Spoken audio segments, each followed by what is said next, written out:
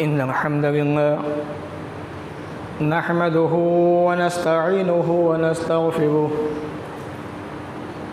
व नऊज़ु बिल्लाहि मिन शुरूरि अनफुसिना व मिन सय्यिआति अमालिना मन यहदिहिल्लाहु फला मुज़िल्ल लहु व मन युज़लिल्हु फला हादिय लहु व अशहदु अन ला इलाहा इल्लल्लाहु वहदहु ला शरीका लहु व अशहदु अन्ना मुहम्मदन अब्दुहु व रसूलुहु अम्मा बअद फ़इन्न खैरल हदीस किताबुल्लाह व खैरल हदी हदी मुहम्मदिन सल्लल्लाहु अलैहि वसल्लम व शर्रल उमूरि मुहदसातुहा व कुल्लु मुहदसतिन बिदअह व कुल्लु बिदअतिन ज़लालह व कुल्लु ज़लालतिन फिन्नार। फ़अऊज़ु बिल्लाहि अस्समीइल अलीम मिनश शैतानिर रजीम मिन हमज़िहि व नफ़्ख़िहि व नफ़्सिहि। बिस्मिल्लाहिर रहमानिर रहीम। वत्तख़ज़ल्लाहु इब्राहीम ख़लीला व क़ाल तआला फ़ी मौज़िइन आख़र इन्न इब्राहीम कान उम्मतन क़ानितन लिल्लाहि हनीफ़ा व लम यकुन मिनल मुश्रिकीन शाकिरन लिअनउमिहि इज्तबाहु व हदाहु इला सिरातिन मुस्तक़ीम व आतैनाहु फ़िद्दुनिया हसनह व इन्नहु फ़िल आख़िरति लमिनस सालिहीन। सुम्मा औहैना इलैका अन इत्तबि' मिल्लत इब्राहीम हनीफ़ा व मा कान मिनल मुश्रिकीन। रब्बि इश्रह ली सदरी व यस्सिर ली अमरी वहलुल उक़दतम मिन लिसानी यफ़क़हू क़ौली। रब्बि ज़िदनी इल्मा आमीन। अल्लाहुम्मा रब्बि ज़िदनी इल्मा आमीन। तमाम किस्म की तारीफ़ अल्लाह रब्बुल आलमीन के लिए लायक़ व ज़िबा है, जो सारी दुनिया का मालिक व खालिक है। बअदहू दरूद व सलाम नाज़िल हो तमाम नबियों पर, ख़ास तौर से अल्लाह के आखिरी नबी प्यारे नबी जनाब मोहम्मद रसूलुल्लाह सल्लल्लाहु अलैहि वसल्लम पर अल्लाहुम्मा सल्लि व सल्लिम व बारिक अलैहि। सामईन, आज के इस जुमा के खुतबे के अंदर हज़रत इब्राहीम अलैहिस्सलातु वस्सलाम की सीरत के अंदर से चंद इबरत और नसीहत के पहलू आपके सामने रखना चाहता हूँ कि इब्राहीम अलैहिस्सलातु वस्सलाम की जो ज़िंदगी थी, उन ज़िंदगी से हमें क्या नसीहत मिलती है, क्या सबक मिलता है।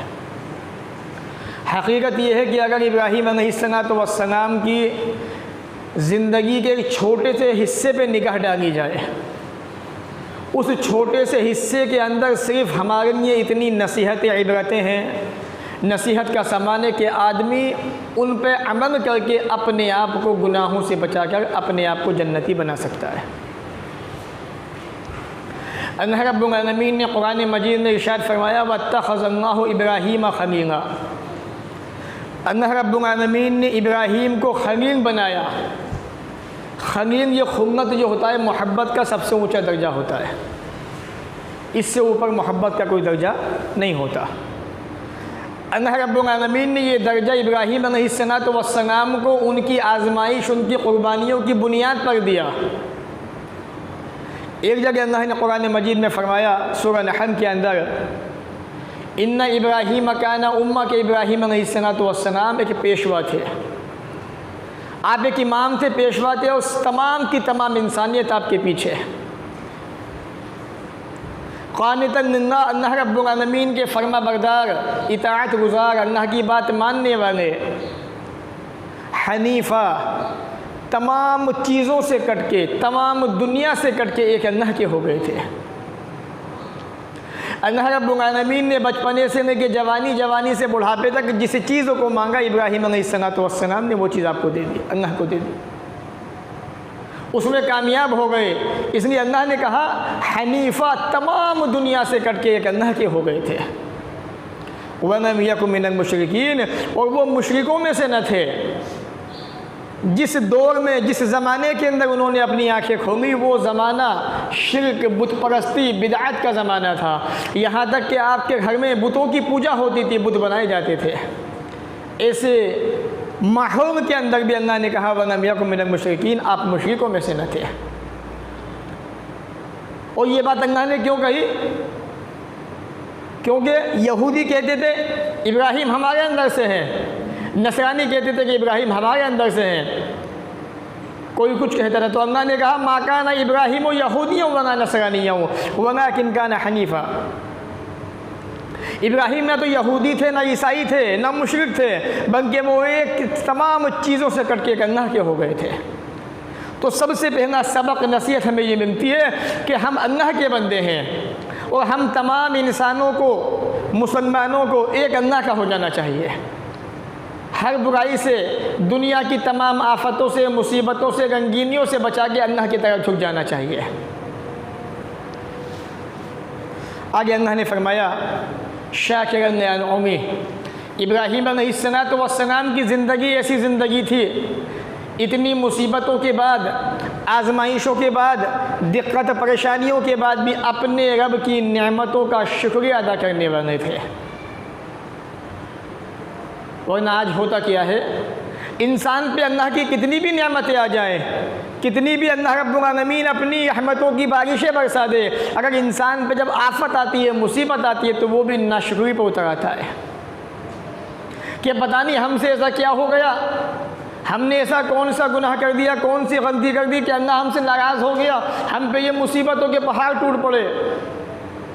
इब्राहीम अलैहिस्सलाम ने ऐसे मुसीबत के मौके में भी अल्लाह ने क्या कहा, शाकिरन लिअनउमी, वो इब्राहीम अपने रब की नेमतों का शुक्रिया अदा करने वाले थे।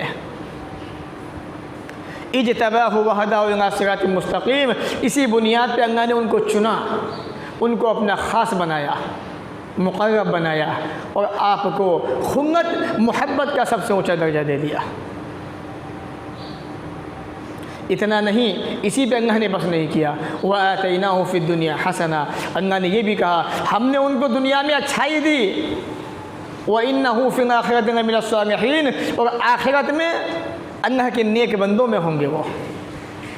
तो एक इंसान जो दुनिया के अंदर आया, जिसको अल्लाह ने दुनिया में भेजा, पैदा किया, उसकी ज़िंदगी जिम्मेदारी यही है कि वो अपनी ज़िंदगी को ऐसा बना ले कि दुनिया में अल्लाह ताला उसे अच्छाइयाँ दे दे, आखिरत में उसे नेक बना दे।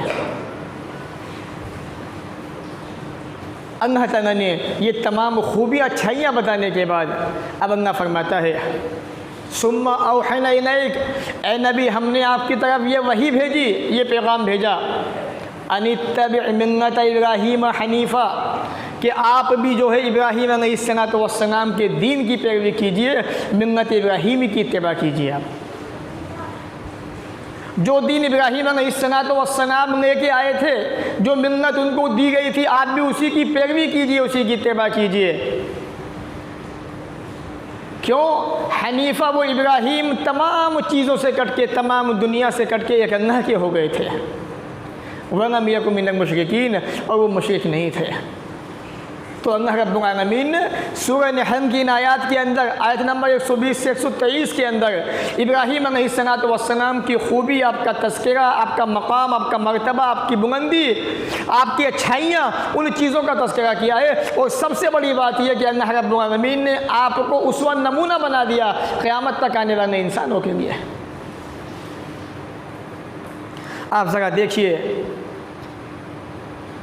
इब्राहीम अलैहिस्सलाम जब अपनी बीवी के साथ एक रास्ते से गुज़र रहे थे और एक बस्ती से आपका गुज़र हुआ, बड़ा मशहूर था कि वहाँ एक ज़ालिम बादशाह था, और वो जब किसी इंसान के साथ में किसी खूबसूरत औरत को देखता था तो उसको ज़ब्त कर लिया करता था, छीन लिया करता था। आप भी पहुँचे अपनी बीवी के साथ। इसलिए हदीस में आता है 3 मौके ऐसे थे कि इब्राहीम अलैहिस्सलाम ने झूठ से काम लिया। यानी हकीकत तो ये है कि वो झूठ नहीं था, लेकिन हमारे आपके एतबार से देखा है तो झूठ हो सकता है, लेकिन शरीयत के मानों में देखा जाए, शरई मानों में तो वो झूठ नहीं था, बचाव था अपना, लेकिन शरीयत ने, अल्लाह ताला ने उसको झूठ से ताबीर किया। जब आप वहाँ से गुजरे चले और बादशाह ने आपको तलब किया, देखा कि इनकी बीवी बहुत खूबसूरत है, और बादशाह का ये अंदाज़ था कि किसी भी औरत को देखकर वो ज़ब्त कर लिया करता था, उसको अपने पास रख लिया करता था। पूछा, कौन है? कहा कि मेरी बहन है। और देखा जाए तो शरई मानों में शरीयत के एतबार से हर औरत जो है एक मुसलमान की इस्लामी बहन हुआ करती है। अन मुस्लिम और मुस्लिम एक मुसलमान दूसरे मुसलमान का भाई है। इसी तरीके से एक औरत जो है वो बहन का दर्जा रखती है शरीयत के अंदर।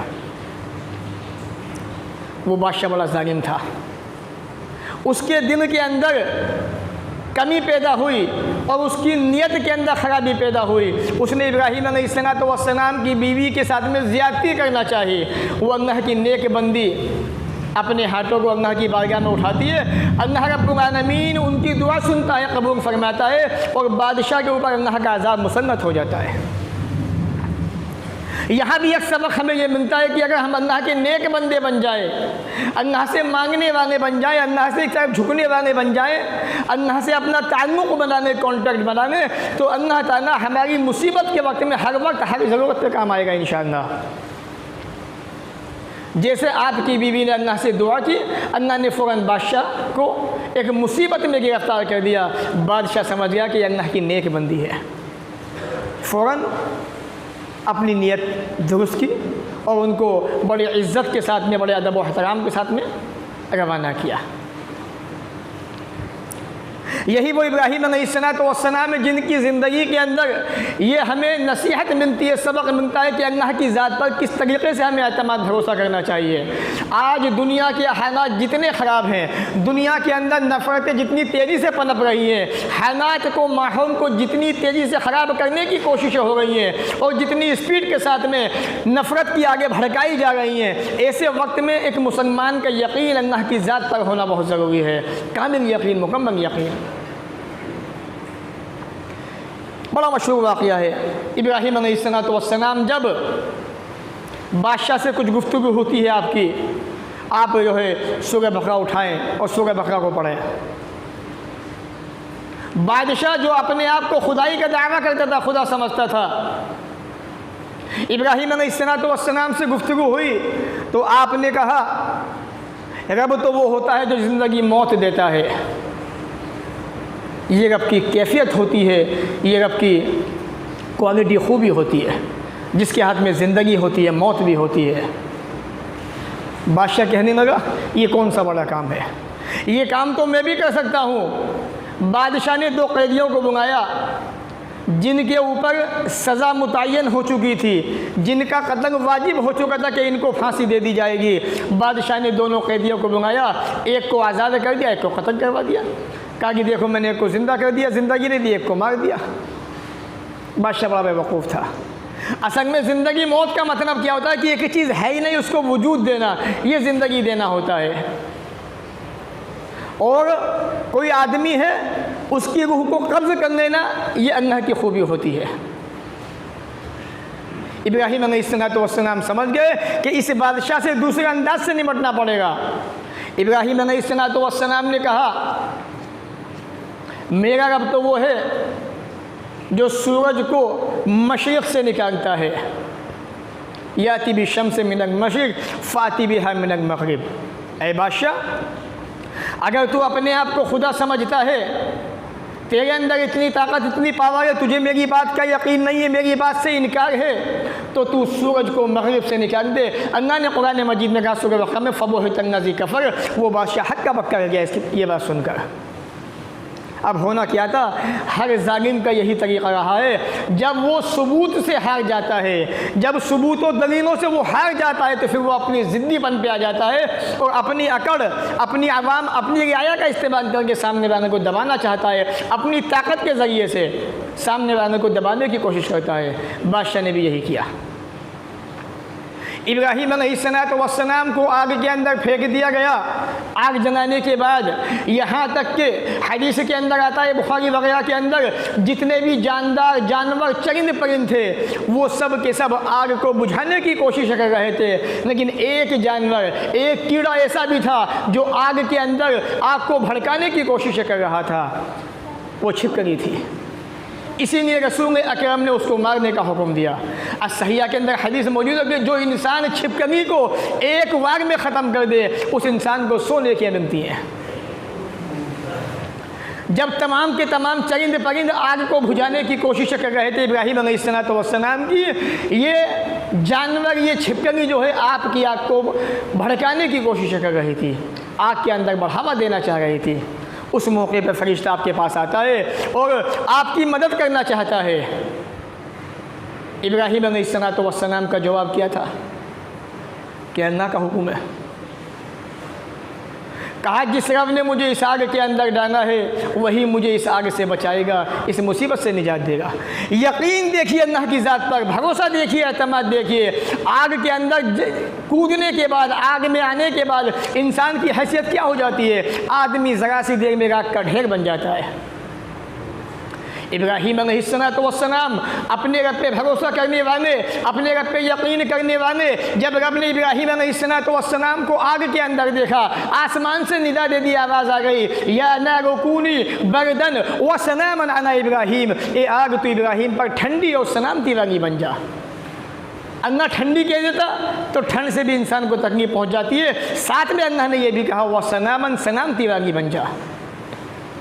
तो इस वाक़े से इब्राहीम अलैहिस्सलाम पे ये सबक मिलता है, ये सीख मिलती है हमें कि इंसानों, अल्लाह के बंदो, हमारा यकीन, हमारा एतमाद, भरोसा अल्लाह की ज़ात पर कामिल होना चाहिए, मुकम्मल होना चाहिए। ये यकीन होना चाहिए कि मुसीबत कितनी बड़ी कहीं से भी आ जाए, अल्लाह पे हमारा भरोसा है। वो रब, वो परवरदिगार, वो अल्लाह हमें इस मुसीबत से, इस परेशानी से निजात देने वाला है।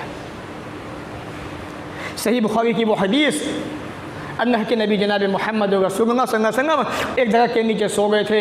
एक दुश्मन ने आके तलवार खींचनी थी और रसूल अकरम के सामने खड़ा हो गया था और ये कहा था कि मोहम्मद कौन बचाएगा आपको, बताइए। अल्लाह ने सिर्फ, रसूल अकरम ने एक ही बात कही थी, एक जुमला कहा था, मुझे बचाने वाली अल्लाह की ज़ात है। इतना सुनना था। रसूल अकरम का भरोसा देख के उस आदमी के हाथ काँपने लगे, तलवार छूट के नीचे गिर गई। अब वो तलवार रसूल अकरम के हाथ में थी, आपने उसको माफ़ कर दिया और जाने दिया। क्यों? रसूल अकरम का एतमाद देखिए, भरोसा देखिए अल्लाह की ज़ात पर। यही एतमाद, यही यकीन, यही तवक्कुल अल्लाह की ज़ात पे हमारा भी होना चाहिए।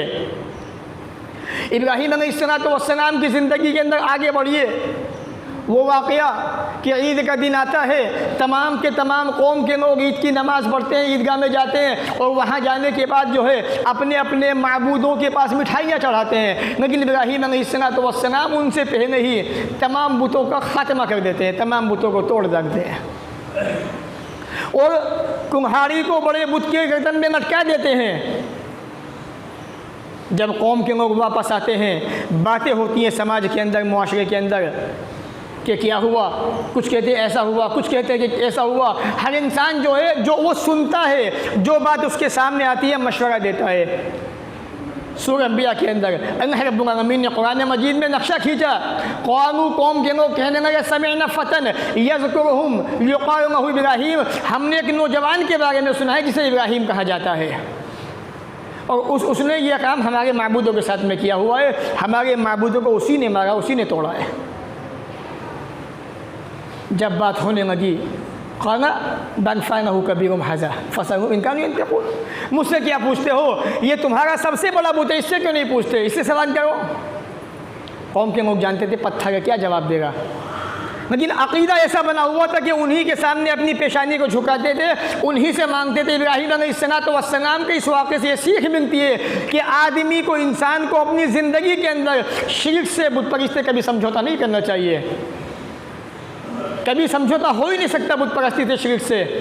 इब्राहीम अलैहिस्सलाम ने उनको तोड़ दिया, ढा दिया तमाम बुतों को और एक को छोड़ दिया ताकि कौम के लोग नसीहत हासिल करें, समझे कि दीन क्या है, इस्लाम क्या है, अल्लाह का हुक्म क्या है, रब का पैगाम क्या है। आज उम्मत की अक्सरियत इसी बुत परस्ती के अंदर उलझी हुई है और इसी को दीन समझती है, अपने आप को बड़ा नेक, बड़ा अच्छा समझती है, जबकि ये चीज़ ऐसी है इंसान को जहन्नम के अंदर न जाने वाली है। तो इब्राहीम अलैहिस्सलाम का ये वाक़या हमें ये सीख देता है, ये नसीहत देता है, आपकी ज़िंदगी हमें सिखाती है कि इंसान को अपनी ज़िंदगी के अंदर कभी बुत परस्ती से, शिर्क से, बिदअत से समझौता नहीं करना है। अगर समाज का मुआयना करें, समाज का मुताना करें, इंसान को देखें आप, बड़ा मशहूर है समाज के अंदर, किसी के आँख में दाना निकल गया तो अपने पाँव के अंगूठे में काला धागा बांध लिया कि जी वो इससे ठीक हो जाता है। फिर जो इंसान तावीज़ बांधता है उसे क्यों मना करते हो? तावीज़ के बांधने से चेचक ख़त्म हो जाती है।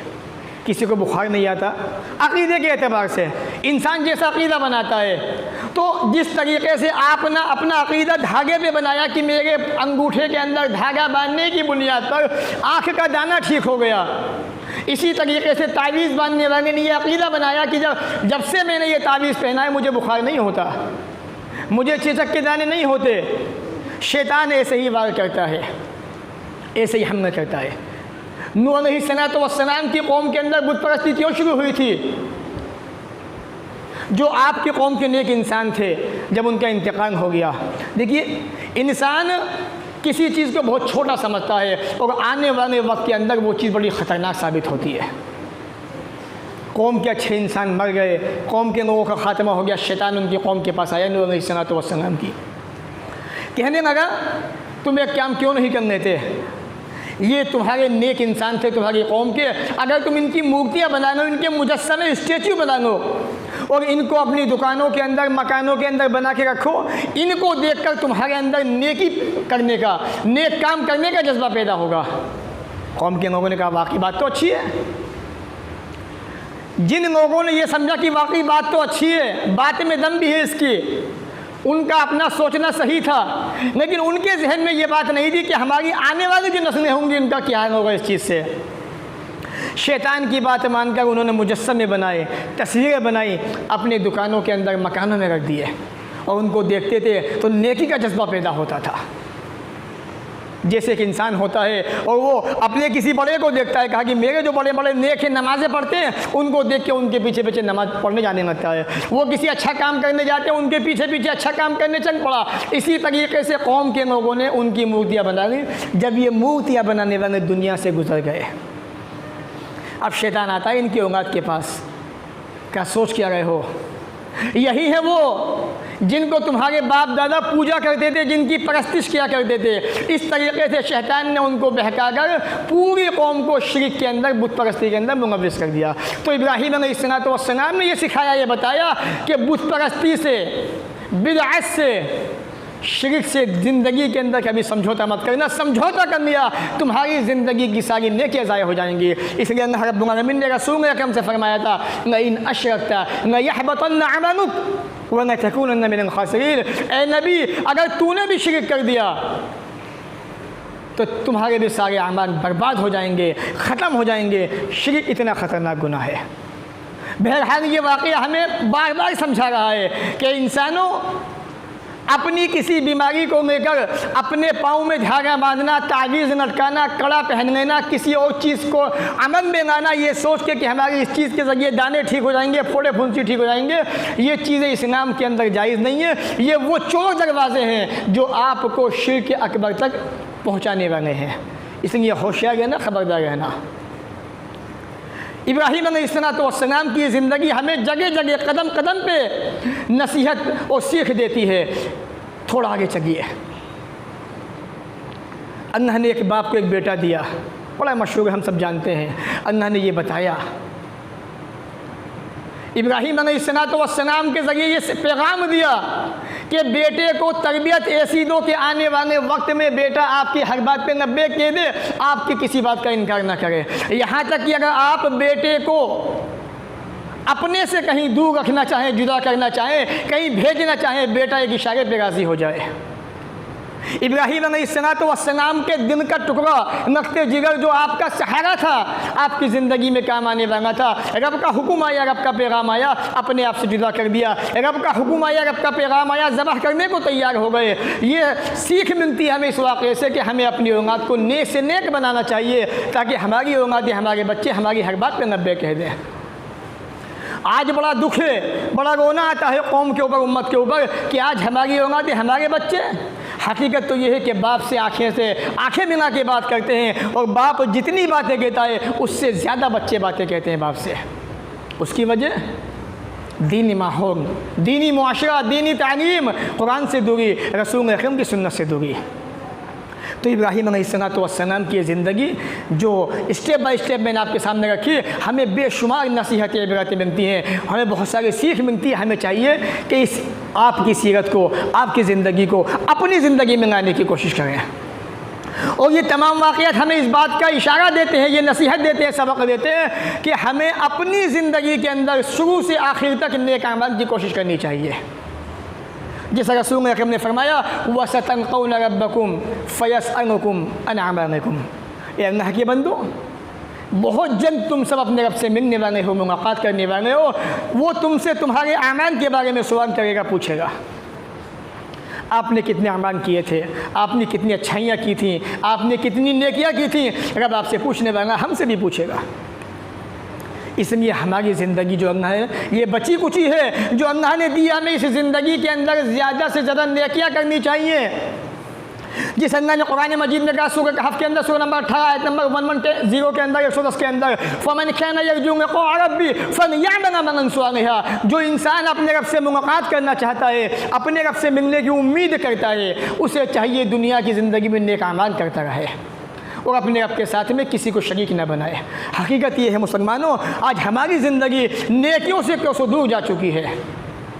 हम सब बस, जहाँ तक का मैं तजुर्बा कर रहा हूँ, आप मुझसे अच्छी तरह जानते हैं, समाज में रहते हैं, बाहर घूमते भी हैं, हमने सिर्फ बस एक फॉर्मेलिटी बनाई हुई है कि आज जुमा का दिन है, नमाज़ पढ़ने जाना है, बस चंद ठोंगे मारनी है, अल्लाह के सामने झुकना है, फिर वापस आना है, फिर अगले जुमे को देखा जाएगा। ये हमारी ज़िंदगी बन चुकी है। शैतान ने हमें बिल्कुल बहका दिया है, शैतान ने हमें दीवाना बना दिया है, मजनू बना दिया है, पागल बना दिया है। हम नमाज से कोसों दूर भागते जा रहे हैं। ये हमारी ज़िंदगी का मामूल हो चुका है। जबकि अल्लाह रब्बुल आलमीन ने के नबी रसूल अकरम जनाब मोहम्मद रसूल फरमाते हैं, हदीस सही मुस्लिम के अंदर हदीस नंबर 2564 पर मौजूद है। नबी अकरम ने फरमाया, इन्नल्लाह ला यंज़ुरु इला सुवरिकुम वला अजसादिकुम वलाकिन यंज़ुरु इला क़ुलूबिकुम व अअमालिकुम, अल्लाह ताला तुम्हारी सूरतों को नहीं देखेगा। फ़ना कितना हसीन था, कितना खूबसूरत था, उसकी तारीफ़ों के चर्चे हुआ करते थे। और उसका जिस्म बड़ा हट्टा कट्टा था। लोग कहते हैं कि फ़ना फाइटर बड़ा मजबूत हट्टा कट्टा है, उसका मुकाबला कोई नहीं कर सकता। अल्लाह ताला ऐसे जिस्मों को नहीं देखेगा। वो फ़ना इंसान जो है बड़ा हसीन है, बड़ा खूबसूरत है। जब लोग उसको देखते हैं तो मन करता है कि उसको देखते रहें, बार बार देखें। अल्लाह ताला उसकी खूबसूरती को नहीं देखेगा। वलाकिन यंज़ुरु इला क़ुलूबिकुम, तुम्हारे दिलों के अंदर पैदा होने वाला तक़वा, तुम्हारे दिलों के अंदर पैदा होने वाली नीयत, जो अमल करने जा रहे हो उसमें कितना तक़वा है, कितनी नीयत अच्छी है तुम्हारी, अल्लाह ताला तुम्हारी नीयतों को देखेगा। वह अमालकुम, तुम्हारा वो अमल किताब और सुन्नत के कितना नज़दीक है, किताब और सुन्नत के कितना मुताबिक है, अल्लाह के रसूल के फरमान के कितना मुताबिक है, अल्लाह ताला ये देखिए आप क़यामत के दिन। इसलिए आमान के अंदर सुस्ती मत कीजिए। और जहाँ तक अमल की बात है, रसूल अकरम फरमाते हैं, जो इंसान नेक अमल करता है, अच्छे काम करता है, आपने कोई अमल किया, किसी को बता दिया, मन दआ इला हुदन कान लहू मिस्लु उजूर मन तबिआ, सही मुस्लिम की हदीस है, हदीस नंबर 2674। नबी अकरम ने फरमाया, जिसने अच्छे अमल करने के बाद किसी को अच्छा अमल बता दिया, किसी को नेकी का रास्ता बता दिया, किसी को अच्छाई का रास्ता बता दिया और उसने उस पर अमल कर लिया, दोनों को बराबर का सवाब दिया जाएगा। दोनों के अमल में से कोई कमी नहीं की जाएगी। इसी तरीके से जो इंसान किसी को बुरा रास्ता दिखाता है, गलत रास्ता दिखाता है, गलत रास्ता, सारे गुनाह छोड़ दीजिए। मुस्लिम समाज के अंदर ये पनपने वाली बुराई, ये पनपने वाली ख़तरनाक बीमारी जो आज हमारे समाज के अंदर कैफ़े खुल रहे हैं, और मुसलमानों तुम खामोश बने हुए हो। याद रखना, आज ये कैफ़े जो एनर्जी ड्रिंक बेच रहे हैं, जब तुम दुनिया से गुजर जाओगे, हम दुनिया से चले जाएंगे, इतिहास के पन्नों पर लिख के जाना तुम, ये हमारा तजुर्बा है। हम तुम्हें बताना चाहते हैं कि आने वाले दिनों के अंदर यहाँ पे अय्याशियाँ भी होंगी, शराब नोशी भी होगी। मुसलमानों तुम्हारी तबाही के समान है ये बीमारियाँ। रसूल अकरम ने फरमाया, जिसने बुराई का, गुमराही का रास्ता खोला, गुमराही की तरफ इंसानियत को खींचा।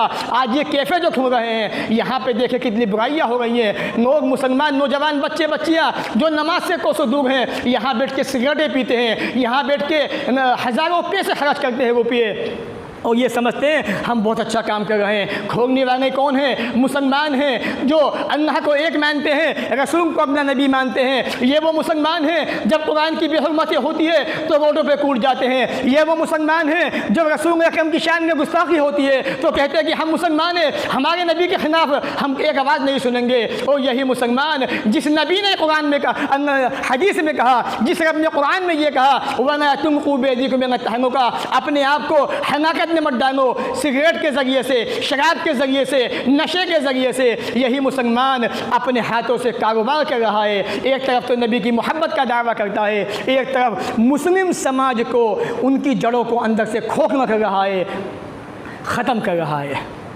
ये बुराई नबी ने फरमाया, जिसने गुमराही की तरफ रास्ता दिखाया, गुमराही का दरवाज़ा खोला, उसको भी गुनाह में निभाना है। जो उस पर अमल करेगा और जितने लोग उस पर अमल करेंगे उन सब का वबाल इस इंसान पे पड़ने वाला है जो ये बुराइयाँ समाज में फैला रहा है। क्या हमारी जिम्मेदारी नहीं बनती कि हम समाज के अंदर बैठें, गौर व फिक्र करें और उनके वालिदैन से जाके मिलें कि ये हो क्या रहा है समाज के अंदर? इस्लाम के अंदर ये चीज़ें दुरुस्त नहीं है। हर वो रास्ता इस्लाम ने बंद कर दिया जहाँ से इंसान बुराई तक पहुँच सकता है। इसलिए नेकियां कीजिए ज़्यादा से ज़्यादा, अल्लाह से मुलाकात की उम्मीद है तो नेक अमल कीजिए और लोगों को अच्छाई के रास्ते दिखाइए। रसूल अकरम ने फरमाया, अल्लाह ताला तुम्हारे अमलों को देखेगा, तुम्हारे काम को, तुम्हारे चेहरों को, तुम्हारे मालों को नहीं देखेगा कितनी प्रॉपर्टी है, कितना पैसा है आपके पास। होगा आपने कितना अल्लाह के रास्ते में दिया, कितना खर्च किया, कितनी नेकी की, अल्लाह ताला ये देखने वाला है। बहरहाल ये चंद बातें थीं जुमा के खुतबे के ताल्लुक़ से।